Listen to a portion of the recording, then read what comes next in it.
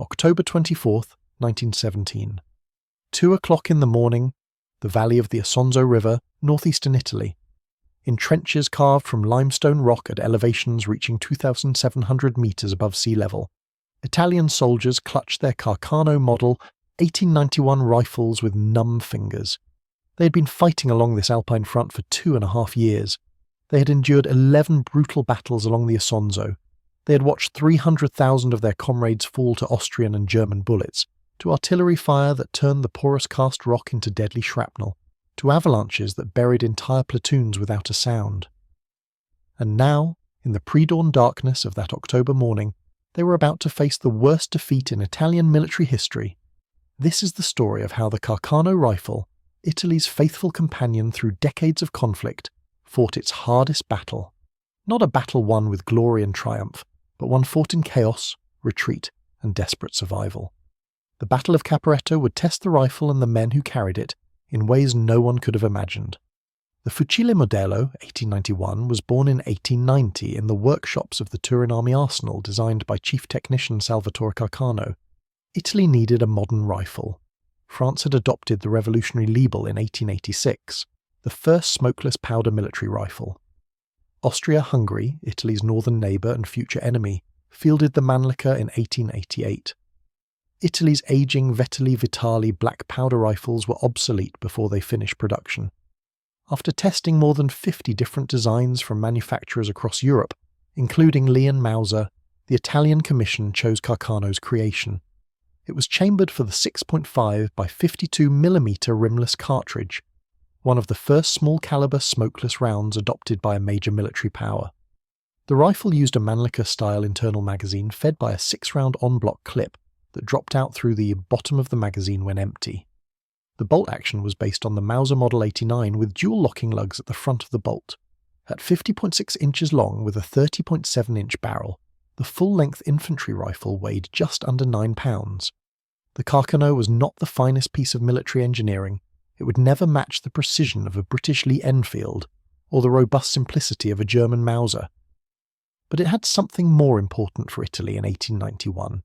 It was achievable. Italy's industrial capacity was limited compared to Germany, Britain, or France. The Carcano was designed with loose tolerances that were easier and cheaper to maintain in mass production. Nothing was tight where tight wasn't needed. This was strategic simplicity. Build what you can build well, and build enough of it. By 1914, when the Great War erupted across Europe, Italian arsenals at Terni, Brescia, Turin and Torre Annunziata had produced 700,000 Carcano rifles. The weapon had seen its first blood in the Milan riots of 1898, fought against the Ottoman Empire in Libya in 1911, and proven itself reliable if unremarkable. The 6.5mm cartridge pushed a 160-grain round-nosed bullet at approximately 2,400 feet per second from the long infantry rifle barrel. It was a flat-shooting round well-suited for the long-range engagements that military theorists of the era expected. The Carcano's rear sight was adjustable for volley fire up to 2,000 metres, though no soldier could realistically hit a man-sized target beyond 600 metres. What made the Carcano distinctive was its gain-twist rifling, a closely guarded Italian secret. The rate of twist increased progressively from the chamber to the muzzle, which the Italians believed improved accuracy and reduced barrel wear. Whether this actually provided any advantage over conventional rifling remains debated by firearms experts to this day. The rifle fed from a Mannlicher-style clip that was inserted through the open action and locked into place by a spring-loaded catch in the magazine. When all 6 rounds were fired, the empty clip fell through the open bottom of the magazine. This system was faster to load than stripper clips used by most other rifles of the era.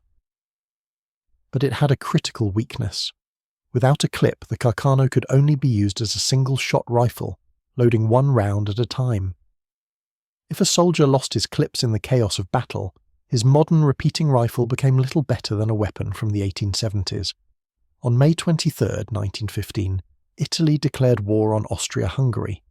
The nation that had been allied with the Central Powers just months before now joined Britain, France and Russia. Italy wanted territory it considered rightfully Italian, lands promised by the Entente powers in the secret Treaty of London, South Tyrol, Istria, Dalmatia, colonial possessions in Africa, The price would be paid in blood along 640 kilometres of mountainous front from the Stelvio Pass to the Adriatic Sea. 450 kilometres of that front ran through high alpine terrain where peaks reached 300 metres, where glaciers covered mountains, where winter lasted 6 months and temperatures plunged to 40 degrees below zero.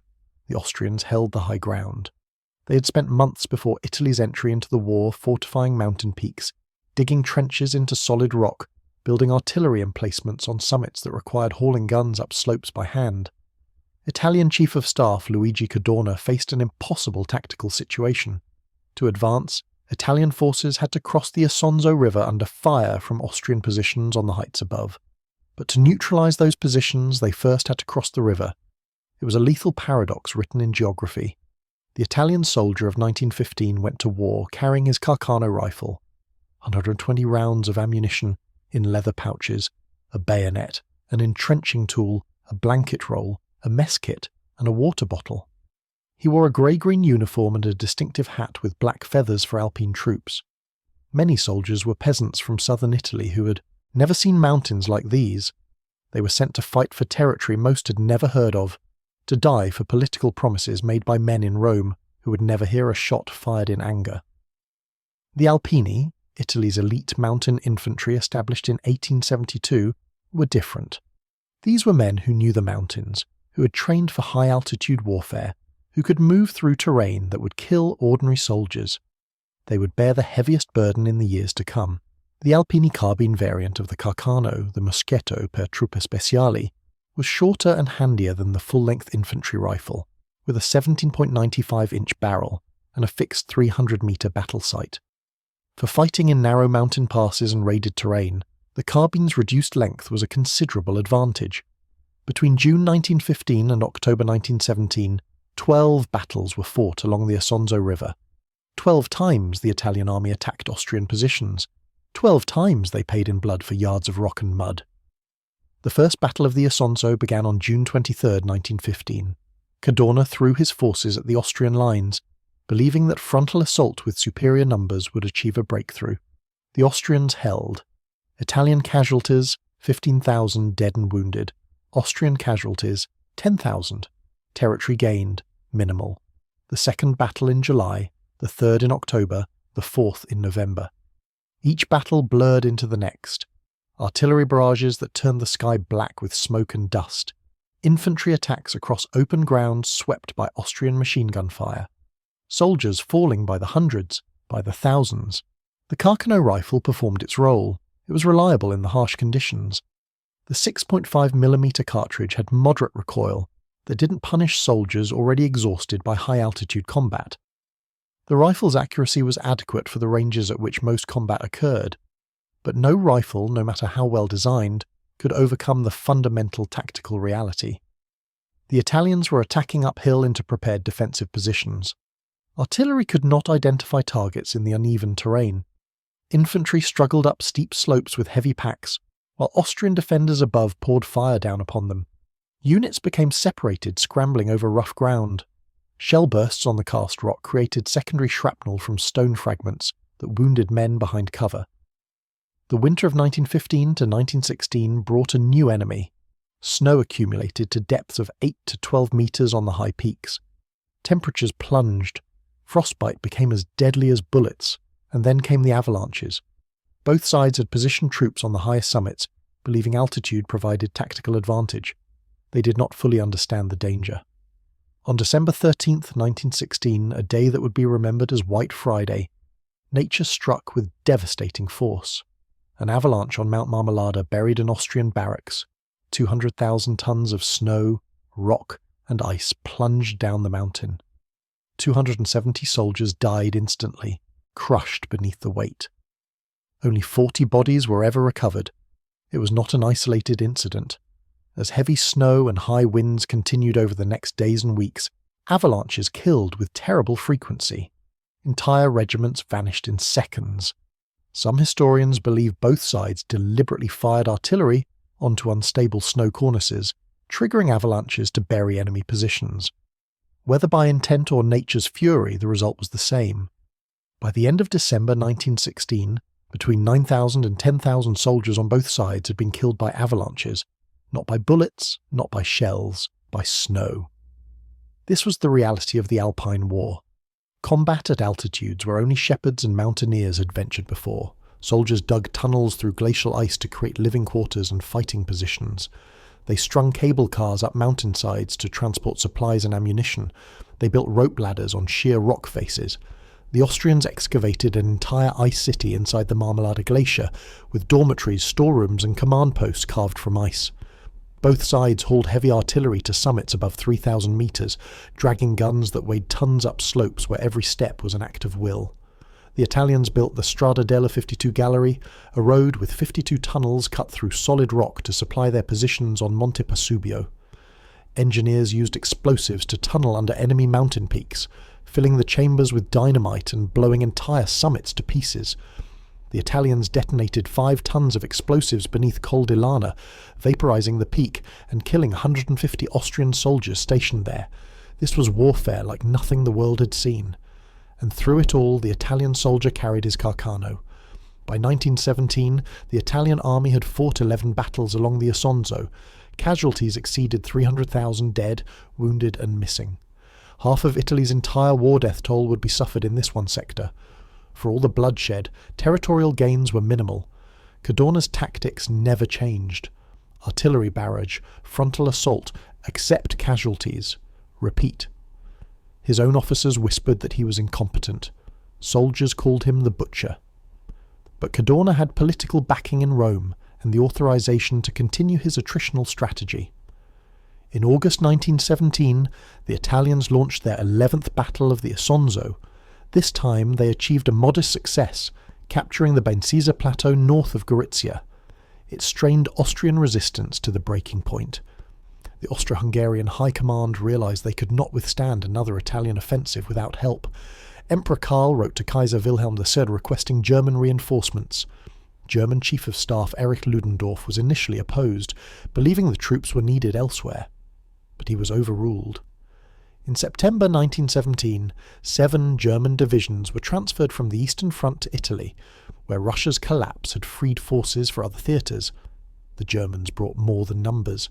They brought new tactics, infiltration methods developed by General Oskar von Hutier, stormtrooper units trained to bypass strongpoints and attack from the rear, and they brought poison gas. German chemical warfare experts led by Otto Hahn surveyed the Italian front for a suitable location for a gas attack. They chose the Caporetto sector, a relatively quiet area where a good road ran west through a mountain valley toward the Venetian plain. The attack would strike at the boundary between the Italian 2nd and 3rd armies, exploiting the weak coordination between commands. Lieutenant General Konrad Kraft von Dellmensingen, a mountain warfare expert, reconnoitred the ground and confirmed the plan's feasibility. The German 14th Army under General Otto von Below assembled in the mountains above the Isonzo. Austrian forces under Field Marshal Svetozar Borojevic would attack simultaneously along the rest of the front. The Italians knew something was coming. Intelligence reports indicated German troop movements. Captured prisoners spoke of an imminent offensive. But the Italian Second Army commander, General Luigi Capello, was bedridden with fever.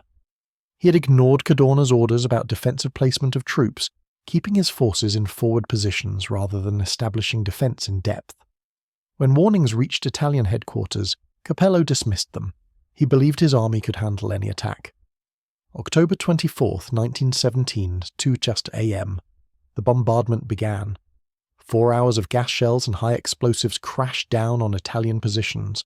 Chlorine arsenic agent and dephosgene gas, heavier than air, sank into trenches and dugouts where Italian soldiers huddled. Gas masks issued to Italian troops were often defective or in short supply. Men choked and died where they crouched, unable to breathe, unable to see, unable to fight. At 6 a.m. the infantry assault began.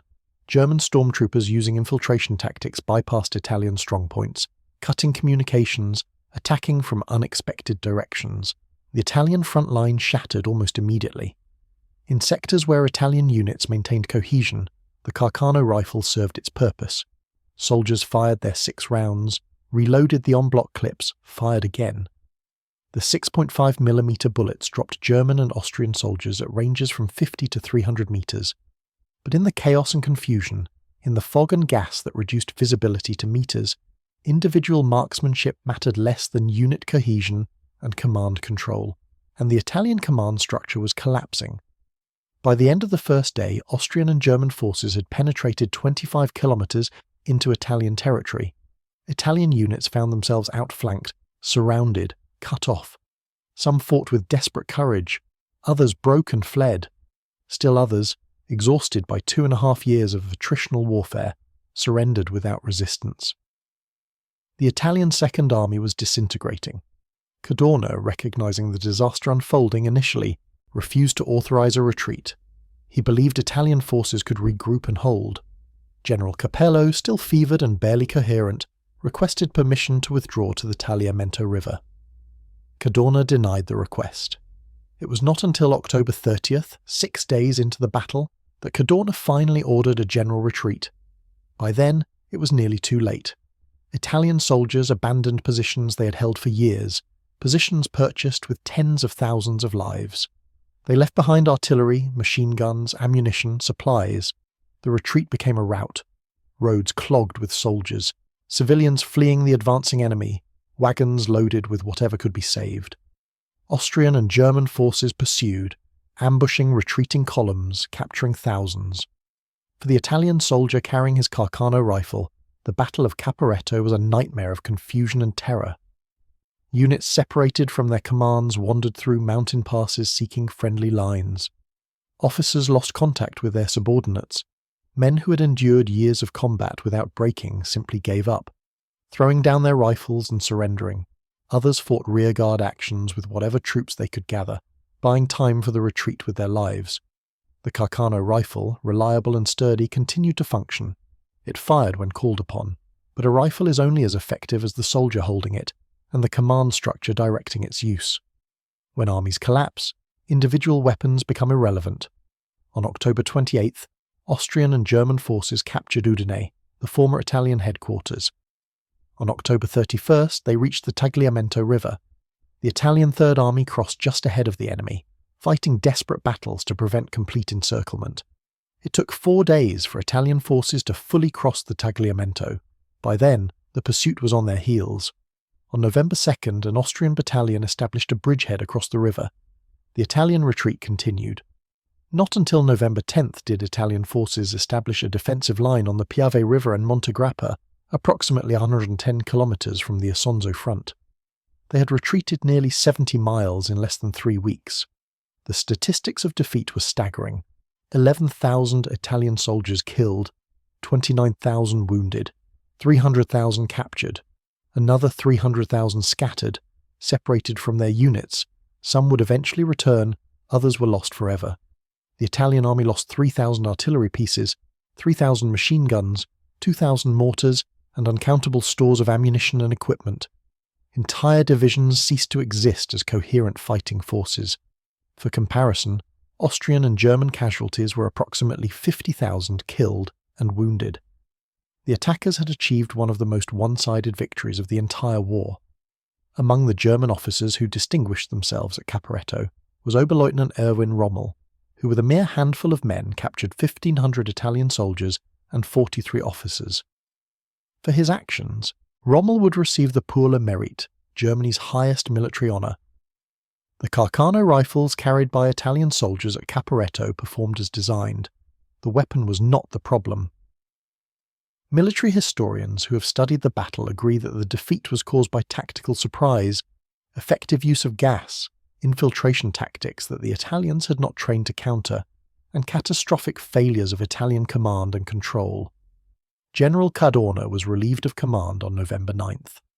General Armando Diaz replaced him, bringing new leadership that would rebuild the Italian army. But the damage to Italian morale was severe. The word Caporetto became synonymous with disaster in the Italian language. For decades afterward, Italians would use the phrase to describe any catastrophic defeat. The rifles that Italian soldiers threw down in surrender or abandoned in retreat were collected by Austrian and German forces. Many would be reissued to German Volkssturm militia units later in the war.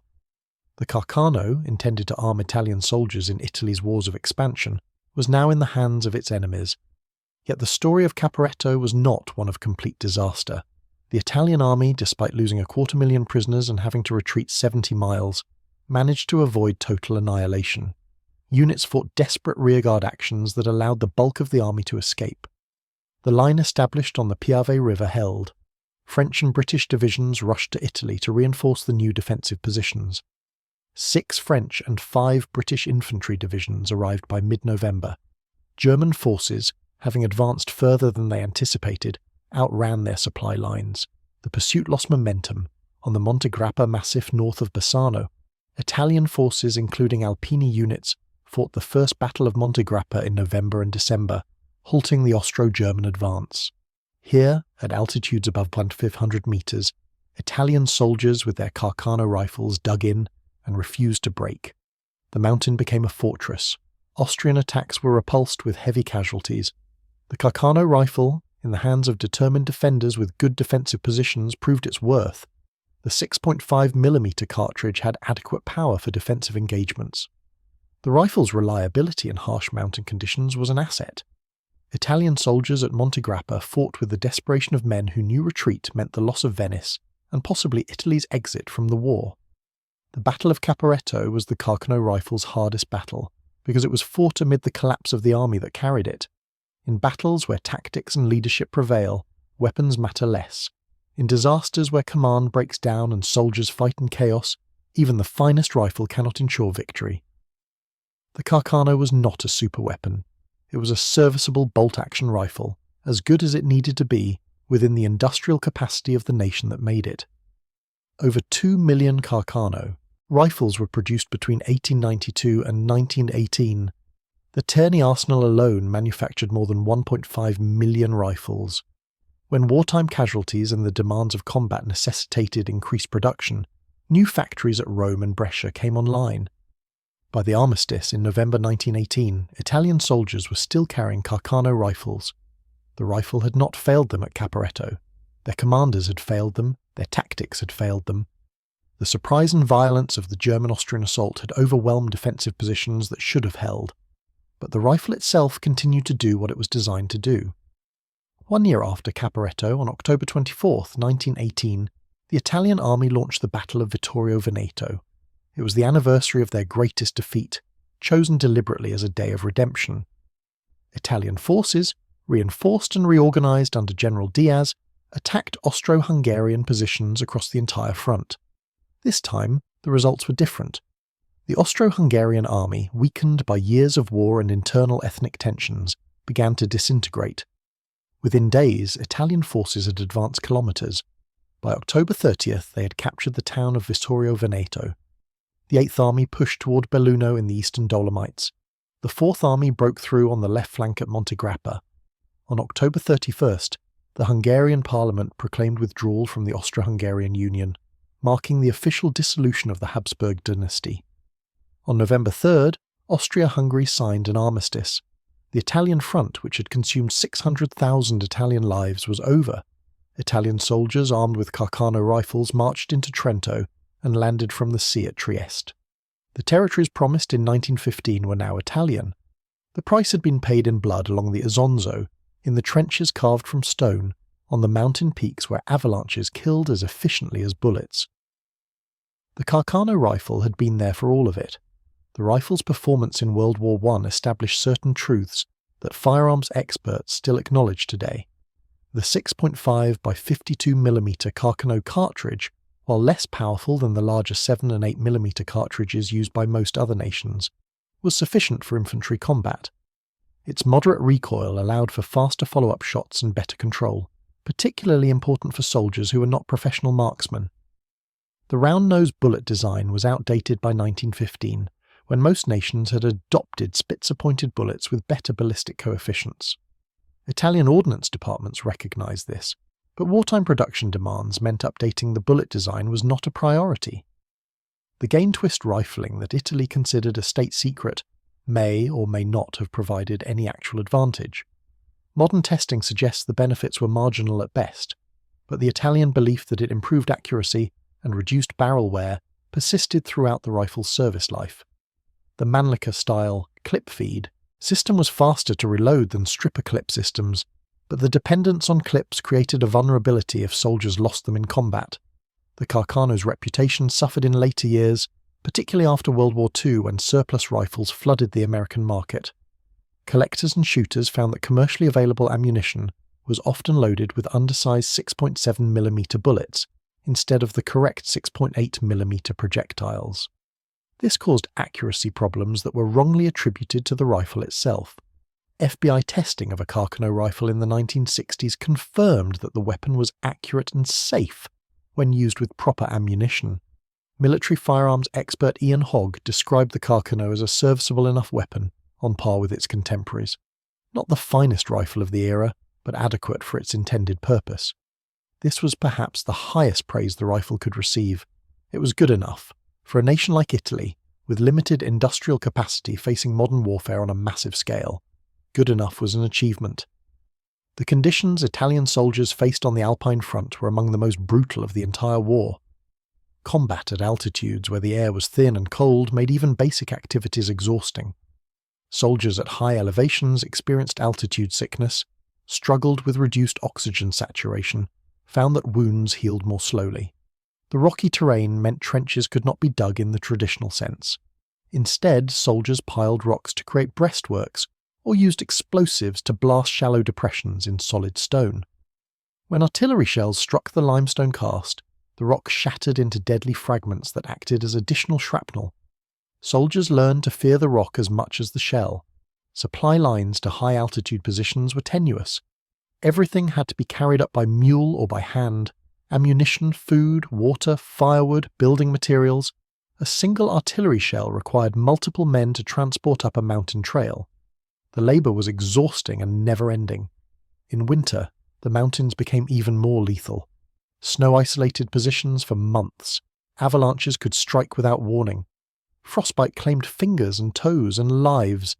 Soldiers learned to stuff paper and grass into their boots for insulation.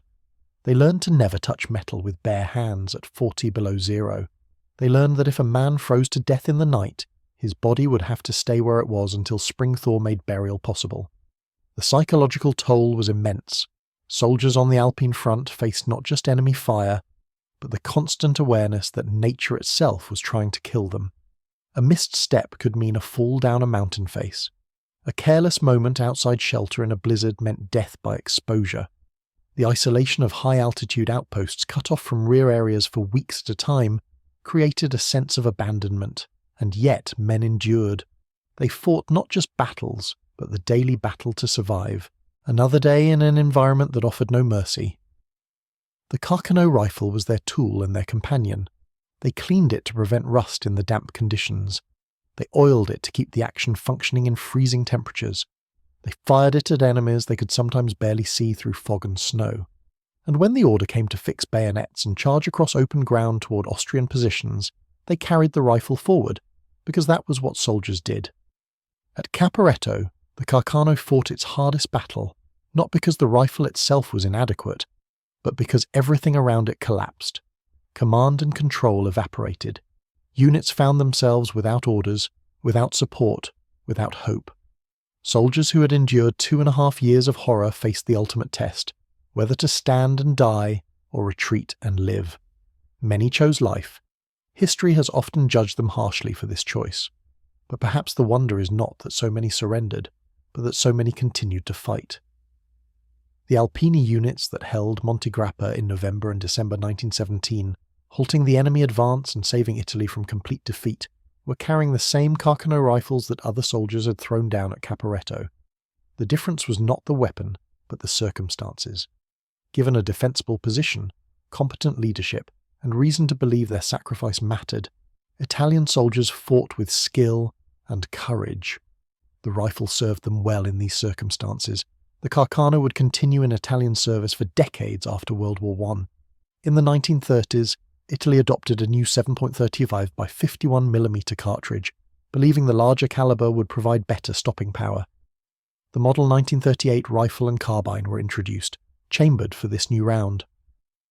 But when Italy entered World War II in 1940, Production limitations and the chaos of war meant most Italian soldiers were still carrying the old 6.5mm Carcano.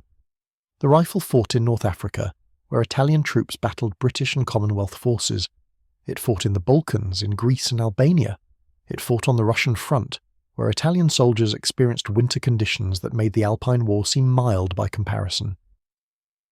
After Italy's surrender to the Allies in September 1943, large numbers of Carcano rifles were captured by German forces. The Germans, facing ammunition shortages and desperate for any weapon to arm Volkssturm militia units, converted some Carcanos to fire 7.92 by 57mm Mauser ammunition. These conversions were rarely successful. The 8mm Mauser cartridge produced excessive recoil and stress in the Carcano action, which was not designed for such powerful loads. After World War II, Italy replaced the Carcano with Lee Enfield rifles initially, then with American M1 Garand semi-automatic rifles. By the 1960s, the Italian government sold hundreds of thousands of surplus Carcanos to the American market. They were cheap, abundant, and considered curiosities rather than serious firearms. This surplus rifle trade brought the Carcano to global attention in 1963, when Lee Harvey Oswald used a Carcano model 91-38 to assassinate President John F. Kennedy. The rifle he used had been built at the Turney Arsenal in 1940, then equipped with a Japanese telescopic sight and sold as surplus. FBI testing of Oswald's rifle confirmed it was accurate and reliable, but the association with the assassination further damaged the Carcano's reputation in popular culture. When people heard Carcano, they thought not of Italian soldiers enduring Alpine warfare, but of a political assassination.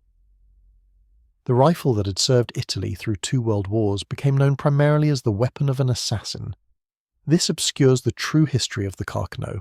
Over 5 million rifles and carbines were produced in various models between 1891 and 1945.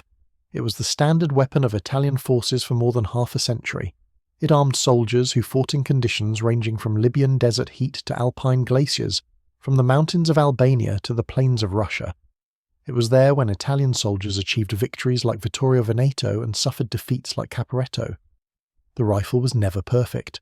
Its clip-fed magazine system was outdated by the 1930s, when other nations adopted box magazines. Its 6.5mm cartridge was underpowered compared to larger calibers. Its accuracy was adequate but not exceptional. But the Carcano was always reliable, always sturdy enough to endure the worst conditions soldiers could face. And for a weapon of war, reliability matters more than perfection. The Battle of Caporetto remains a subject of study for military historians, analysing how armies collapse. The combination of tactical surprise, new weapons like poison gas, innovative infiltration tactics, and failures of command created a perfect storm of disaster. But beneath the high-level analysis is the human experience of tens of thousands of individual soldiers. Men who woke on October 24, 1917, as members of the Italian Second Army and went to sleep as prisoners of war, or refugees fleeing toward the Piave, or corpses scattered across the mountains. They carried the Carcano rifle into that battle. Some fought until they died, some fought until they were overwhelmed and captured. Some threw down their rifles and surrendered without resistance. History does not record the fate of most of these men. They were numbers in casualty reports, statistics in after-action analyses, but each one was a human being who faced the hardest test a soldier can face, continuing to fight when everything around him is falling apart. The Carcano rifles themselves, those that survived Caporetto, continued in service. Some were recaptured when Italian forces counterattacked in 1918. Some remained in Austrian and German hands. Some were lost in the chaos, buried under rock slides or abandoned in mountain passes where they remain to this day. Over a century later, artifacts from the Alpine War continue to emerge as glaciers melt. Rifles, ammunition, equipment, and the bodies of soldiers who disappeared without trace. These discoveries remind us that the war in the mountains was fought by real people using real weapons in conditions of unimaginable hardship. The Carcano was not a weapon that changed the course of history like the machine gun or the artillery piece. It was simply the tool Italian soldiers used to try to accomplish the missions they were given. Most often those missions were impossible. The rifle could not change that. But it could and did serve the men who carried it, functioning reliably when everything else failed. In the end, the story of the Carcano rifle at Caporetto is not about the rifle at all. It is about the men who carried it into the mountains of northeastern Italy, who fought in conditions that killed as readily through avalanche and frostbite as through enemy fire, who endured 2.5 years of brutal attritional warfare before facing the worst defeat in Italian military history. They did not fail because their rifles were inadequate. They failed to the extent that individuals can be said to fail in the face of systemic military disaster, because they were asked to do the impossible with insufficient support, inadequate leadership, and against an enemy using tactics they had never encountered. The Carcano fought its hardest battle at Caporetto because that is where Italian soldiers fought their hardest battle. The rifle and the men who carried it were inseparable. When historians remember Caporetto, they remember the statistics of defeat. 300,000 prisoners, 11,000 dead, retreat of 70 miles. But the battle was fought by individuals, private soldiers who had left farms and villages across Italy, who had learned to shoulder a rifle and march in formation, who found themselves in trenches at 2,000 meters elevation, facing German stormtroopers and poison gas. Some broke under the strain, many did not. And when the Italian army reformed and fought back, winning at Vittorio Veneto a year later, they carried the same Carcano rifles that had been at Caporetto. The rifle had not changed. The men carrying it had learned from disaster and emerged stronger. That is the true story of the Carcano at Caporetto. Not a story of weapons, but of human endurance in the face of the worst that war can inflict. The Italian retreat from Caporetto revealed something unexpected about the Carcano rifle's design that engineers had not fully appreciated during peacetime testing. As soldiers abandoned positions in chaos, rifles were dropped in mud, submerged in rivers during hasty crossings, left in rain for days as units regrouped. When Italian forces finally established defensive lines on the Piave and Monte Grappa, they discovered something remarkable. The Carcano rifles that had survived the retreat, despite experiencing conditions that would have destroyed more finely machined weapons, still functioned. Officers inspecting weapons after units reached safety found rifles caked in mud that fired reliably after basic field cleaning.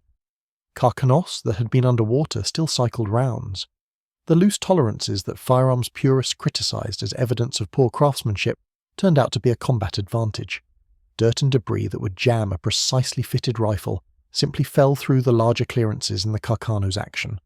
Lieutenant Carlo Emilio Gadda, an Italian artillery officer and future novelist who survived Caporetto as a prisoner of war, wrote years later about watching his fellow soldiers during the retreat. He described men who had maintained their rifles meticulously through 2 years of trench warfare suddenly treating them with brutal indifference. Rifles used as walking sticks through mountain passes, rifles thrown across rivers to lighten loads during crossings, rifles dragged through underbrush and snow.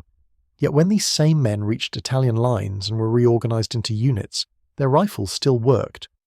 Gadda wrote that he came to understand the Carcano was designed not for parade ground perfection, but for the reality of soldiers in extremis.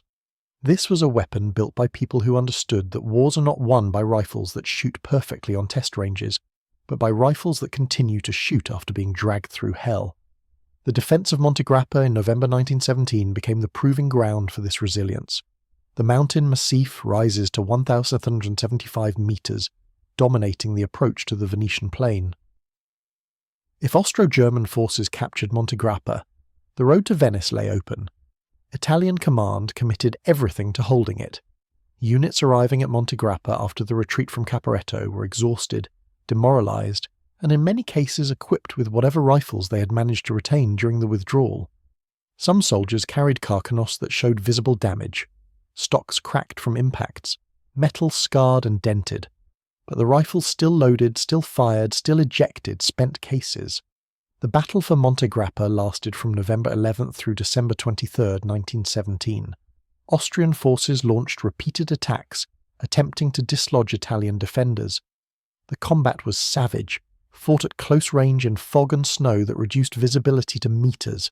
Here, the Carcano's characteristics mattered in ways they had not during the chaos of Caporetto. The rifle's 6-round capacity meant soldiers could maintain sustained fire without reloading as frequently as troops armed with 5-round rifles.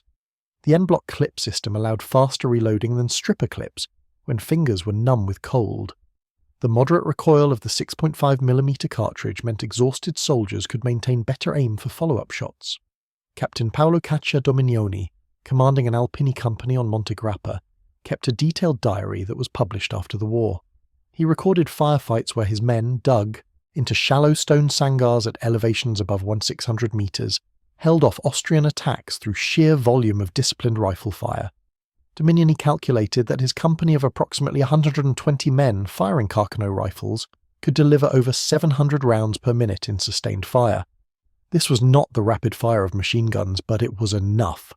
Austrian infantry advancing up exposed slopes took casualties that made continued assault impossible. The bodies piled in the snow, freezing in the positions where they fell. Dominioni wrote that he came to appreciate the Carcano not for any exceptional quality, but for its absolute reliability. In 6 weeks of continuous combat, his company experienced only 3 rifle malfunctions, all caused by damaged ammunition rather than weapon failures. For a military rifle in those conditions, that was extraordinary. The Austrians brought up artillery, pounding Italian positions with thousands of shells. The rocky terrain that had made the Isonzo front so deadly now protected Italian defenders. Soldiers sheltered in crevices and shallow caves that provided protection from everything except direct hits. When Austrian infantry attacked after bombardments, Italian riflemen emerged and delivered disciplined volleys. The Austrians never broke through. By late December, with winter storms making further attacks impossible, the Austrian offensive ground to a halt. Monte Grappa remained in Italian hands. The defence of the mountain became a turning point in Italian morale. After the disaster of Caporetto, Italian forces had proven they could stand and fight. The rifles that many soldiers had thrown away in panic during the retreat had become instruments of redemption on Monte Grappa's slopes. The French and British divisions that arrived in Italy to reinforce the Piave line brought their own weapons and their own opinions about Italian equipment. British soldiers armed with Lee-Enfield rifles looked at the Carcano with barely concealed contempt. The Lee-Enfield held 10 rounds to the Carcano's 6. It could be fired faster due to its smooth bolt throw and rear-locking lugs. British soldiers had been taught that their rifle was the finest in the world, and they believed it. French soldiers with their Liebel and Berthier rifles were equally dismissive. But when joint operations brought British, French and Italian units into combat together, some opinions changed. British riflemen discovered that in mountain warfare, where engagement ranges were often under 200 metres, the Carcano's reduced power and moderate recoil allowed Italian soldiers to place accurate fire faster than they could with their more powerful Lee-Enfields. The 6.5mm bullet had less energy at impact, but at ranges where combat actually occurred, it had enough. A British officer with the 23rd Division, sent to reinforce the Italian front in December 1917, wrote in a letter home that he had initially considered Italian soldiers poorly equipped and poorly trained. After watching Alpini units conduct mountain patrols and engage Austrian positions, he revised his assessment. The Italian soldiers, he observed, knew their terrain intimately and used their rifles with considerable skill. He noted that the Carcano seemed less prone to malfunctions in the dust and mud than his own unit's Lee-Enfields, though he attributed this to Italian soldiers maintaining their weapons more carefully rather than any superiority of design. Modern firearms historians examining both rifles would likely agree with a different conclusion. The Carcano's looser tolerances made it more forgiving of poor conditions, while the Lee-Enfield's tighter specifications required more careful maintenance to function reliably. By January 1918, the Italian army had been rebuilt. General Diaz implemented reforms that addressed many of the problems that had led to Caporetto. Junior officers received better training. Communication systems were improved. Most importantly, defensive doctrine changed. Instead of keeping troops in forward trenches where they were vulnerable to bombardment, Italian forces adopted defence in depth. Forward positions were lightly held, with main defensive lines positioned where they could engage attacking forces with coordinated fire. This new doctrine played to the Carcano's strengths. Italian riflemen in defensive positions with clear fields of fire could use the rifle's accuracy to maximum effect. The moderate recoil allowed soldiers to fire rapidly without losing their aim point. The 6-round capacity was sufficient for defensive fire, where targets were exposed for seconds at a time. The winter of 1917 to 1918 was one of the coldest on record in the Italian Alps. Temperatures at high elevation positions regularly dropped below -30 degrees Celsius. Metal became brittle, oil froze. mechanisms that functioned perfectly in summer seized in winter. Weapons maintenance became a constant battle. Soldiers learned to keep their rifles inside their shelters, wrapping them in blankets to retain heat. They learned to use minimal oil on moving parts because too much lubricant would freeze solid. They learned to cycle the action regularly, even when not firing, to prevent moisture from freezing the bolt shut. The Carcano's simple design helped in these conditions. There were fewer parts to freeze, fewer tight tolerances to bind up with ice. The gain twist rifling that Italy considered a secret provided one unexpected advantage in extreme cold. Ice that formed in the bore during prolonged exposure was easier to remove from gain twist rifling than from conventional rifling, because a cleaning rod turned as it was pushed through the barrel following the increasing twist rate. Austrian and German soldiers on the opposite side of the front faced the same conditions with their own rifles. The Mannlicher M1895 used by most Austrian infantry was an excellent rifle in normal conditions, but its straight pull bolt action had more moving parts than the Carcano's conventional turn bolt design. More parts meant more potential failure points in extreme cold. The German Gewehr 98 Mauser was robust and reliable, but its 7.92 by 57mm cartridge produced significantly more recoil than the Italian 6.5mm round. In cold weather, when soldiers were wearing heavy coats and gloves, when exhaustion and cold had sapped their strength, the reduced recoil of the Carcano became a meaningful advantage. Italian soldiers could fire more rounds more accurately because they were not fighting heavy recoil with every shot. In the spring of 1918, with the front lines stabilized and both sides rebuilding strength, combat intensity decreased, but the war was far from over. On June 15, 1918, Austria-Hungary launched the Battle of the Piave River, their final offensive of the war. The attack aimed to destroy Italian forces before American troops could arrive in force on the Western Front. Over 400,000 Austro-Hungarian soldiers attacked across a 60-kilometre front. The Italians had been expecting it. Intelligence had provided warning. Defensive positions were prepared. When the Austrian assault began, Italian forces were ready. The battle lasted 9 days. Austrian troops forced crossings of the Piave River at multiple points, establishing bridgeheads on the western bank. For several days, the outcome was uncertain. Then Italian reserves counterattacked. Fighting was intense and casualties were heavy on both sides. Italian riflemen, many of them carrying the same Carcano rifles they had carried at Caporetto, fought with determination that surprised Austrian commanders who had expected Italian morale to remain broken. The Battle of the Piave became known in Italy as the battle that saved the nation.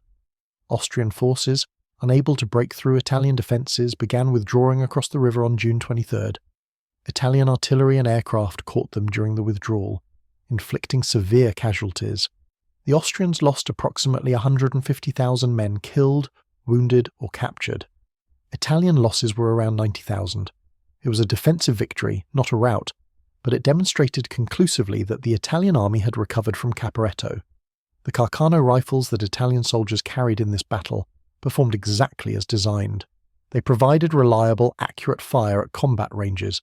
They functioned in the heat and dust of June along the Piave lowlands. Soldiers who had thrown away rifles in panic 8 months earlier now held their ground and fought effectively with the same weapon. After the failure of the Piave offensive, Austria-Hungary was finished as an effective military power. Morale collapsed. Ethnic tensions that had been suppressed during the war resurfaced. Hungarian units refused orders. Czech and South Slav soldiers began deserting en masse. The empire was disintegrating from within. Italian command recognized the opportunity. In October 1918, General Diaz planned a major offensive aimed at achieving the breakthrough that had eluded Italy throughout the war. The Battle of Vittorio Veneto began on October 24th, exactly 1 year after Caporetto. The symbolism was deliberate. Italian soldiers crossed the Piave River on pontoon bridges under covering fire from artillery and aircraft. Austrian resistance was sporadic.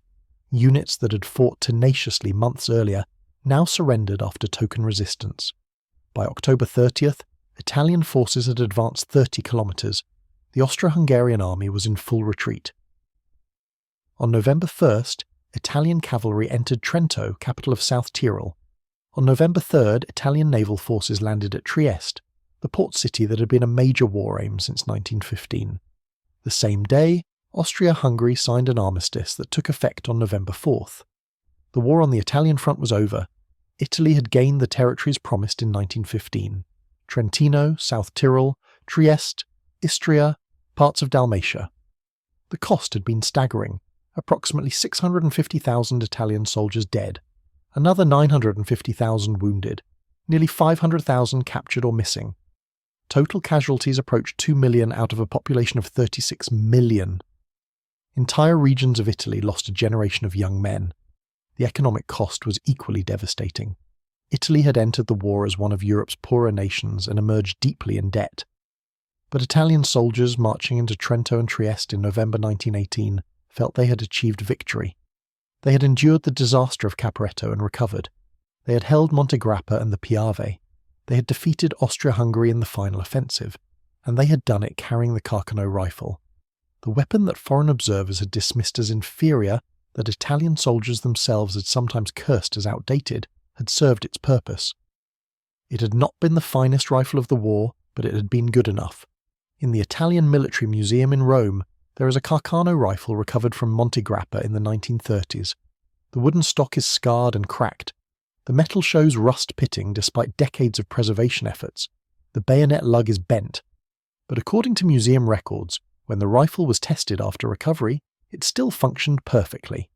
This rifle had been lost or abandoned during the fighting in late 1917, buried under snow for months, exposed to freeze-thaw cycles and moisture. Yet its mechanism still cycled, still locked, still would have fired if ammunition had been available. That rifle stands as testament to the Carcano's fundamental design philosophy. It was not built to be beautiful or sophisticated. It was built to function under the worst conditions soldiers could experience. The Carcano's performance in World War I established patterns that would repeat in World War II. When Italy entered the Second Global Conflict in June 1940, most Italian infantry were still carrying Carcano rifles. The newer model 1938 in 735mm was supposed to replace it, but production, delays and wartime chaos meant the old 6.5mm rifles remained in frontline service. Italian soldiers carried Carcanos in North Africa, fighting British Commonwealth forces across Libya and Egypt. They carried them in East Africa, where Italian forces held out in Ethiopia until late 1941.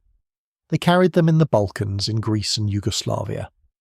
And they carried them on the Russian front, where Italian divisions fought alongside German forces in Operation Barbarossa. In every theatre, the Carcano performed as it had in World War I. It was reliable, accurate enough, and adequate for infantry combat. It was not exceptional, but it worked. The North African campaign revealed both the rifle's strengths and Italy's industrial weaknesses. British and Commonwealth forces were equipped with weapons from the vast industrial capacity of the British Empire, and, increasingly, from American factories. Italian forces relied on weapons produced by Italy's limited industrial base, supplemented by captured equipment when available. The Carcano continued to function in desert conditions, its loose tolerances preventing sand from jamming the action as severely as it affected some other rifles. But Italian soldiers were often short on ammunition. The 6.5 by 52mm cartridge was unique to Italian weapons, meaning ammunition could not be obtained from captured stocks or allies. When supply lines were cut, Italian units ran out of ammunition quickly. British soldiers armed with Lee Enfields could use ammunition from Commonwealth or American sources. German soldiers with Mausers could obtain ammunition from German production or captured stocks from multiple nations. Italian soldiers with Carcanos were dependent entirely on Italian supply, and those supplies were frequently inadequate. In Russia, the Carcano faced conditions similar to those on the Alpine front in World War I. The Italian Expeditionary Corps in Russia, initially 62,000 men, was expanded to over 200,000 by mid-1942. Italian soldiers fought on the Don River front through the brutal Russian winter of 1942 to 1943. Temperatures dropped to -40 degrees Celsius. The Carcano rifles, maintained by soldiers who had learned lessons from their fathers about keeping weapons functional in extreme cold, generally performed well. The rifle's simple design meant there was less to freeze, but again, ammunition supply was problematic. During the Soviet offensive in January 1943 that destroyed the Italian Eighth Army, many Italian soldiers found themselves without ammunition, after days of continuous combat. Rifles that functioned perfectly were useless without cartridges to fire. Of the 230,000 Italian soldiers who served in Russia, fewer than 115,000 returned. Most died from cold, hunger, and combat. Many were killed while their rifles were empty. After Italy surrendered to the Allies in September 1943, the nation split. The south was occupied by Allied forces, while German forces occupied the north, establishing the Italian Social Republic as a puppet state. Italian soldiers faced impossible choices. Some continued fighting alongside Germans, some joined the resistance, some went home and tried to stay out of the war. The Carcano rifle served on both sides of Italy's civil war. Resistance fighters used Carcanos alongside captured German weapons and airdropped Allied supplies. Units of the Italian Social Republic carried Carcanos while fighting for the Germans. In the confused and brutal combat of the Italian campaign from 1943 to 1945, the Carcano was ubiquitous. It armed Italian partisans ambushing German convoys. It armed Italian fascist units hunting partisans. It armed Italian troops fighting alongside the Allies. The rifle that had been designed to arm Italy's military was now being used by Italians to kill other Italians. When World War II ended in May 1945, Italy had suffered approximately 420,000 military deaths and 150,000 civilian deaths. The nation was devastated, infrastructure was destroyed, industry was ruined, the political system had collapsed, and scattered across Italy, across North Africa, across the Balkans and Russia, lay hundreds of thousands of Carcano rifles. Some were recovered and returned to Italian arsenals. Many were captured by various forces and either scrapped or sold as surplus. The Carcano's military service in the Italian armed forces effectively ended after World War II. The Italian military received American weapons as part of post-war aid programs. M1 Garand rifles, far superior to any bolt-action rifle, became standard. Later, Italy produced its own modern small arms. The Carcano became a historical artifact.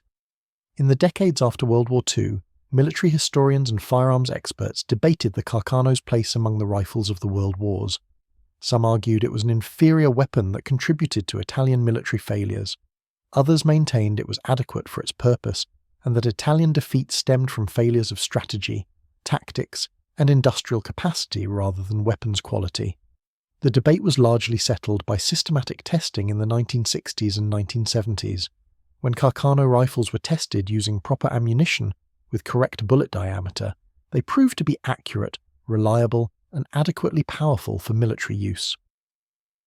The rifle's reputation for poor accuracy was traced to post-war surplus ammunition, loaded with incorrect bullets. The Carcano's actual performance was comparable to other bolt-action rifles of its era. It was not as refined as a British Lee Enfield, not as robust as a German Mauser, not as accurate as an American Springfield, but it was good enough, and for a military weapon, that is often all that matters. The Battle of Caporetto remains the Carcano's hardest battle, not because the rifle itself failed, but because it was present during the worst defeat in Italian military history. The rifle performed its function throughout that battle, and throughout the retreat that followed. It fired when called upon, it cycled reliably, it hit targets at combat ranges, but a rifle cannot compensate for failures of leadership, tactics, and morale. When an army collapses, even the finest weapon becomes irrelevant. The Carcano story is ultimately the story of Italian soldiers in 2 world wars, men who fought in some of the most difficult terrain and conditions any soldiers faced, men who often lacked adequate support, adequate leadership, and adequate resources. Men who carried a rifle that was good enough, but who needed more than good enough to achieve the missions they were given. The Carcano served them as well as any rifle could have. It did not guarantee victory, but it gave them a tool that worked when everything else failed. For soldiers in extremis, that was worth something.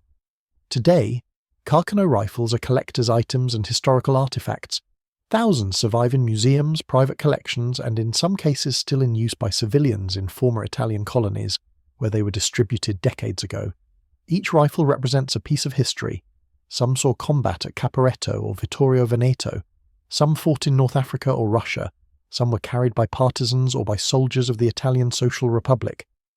Most simply served their time in peacetime garrisons, maintained by soldiers who never fired them in anger. But every Carcano rifle was built with the same purpose: to arm Italian soldiers in Italy's wars. It fulfilled that purpose for more than half a century. The rifle fought its hardest battle at Caporetto, survived the disaster, and continued serving until technology and changing times made it obsolete. That is the story of the Carcano rifle. Not a story of a great weapon, but a story of an adequate weapon that served its soldiers as well as it could, through the worst conditions war could inflict. In the end, perhaps that is all any military rifle can be asked to do.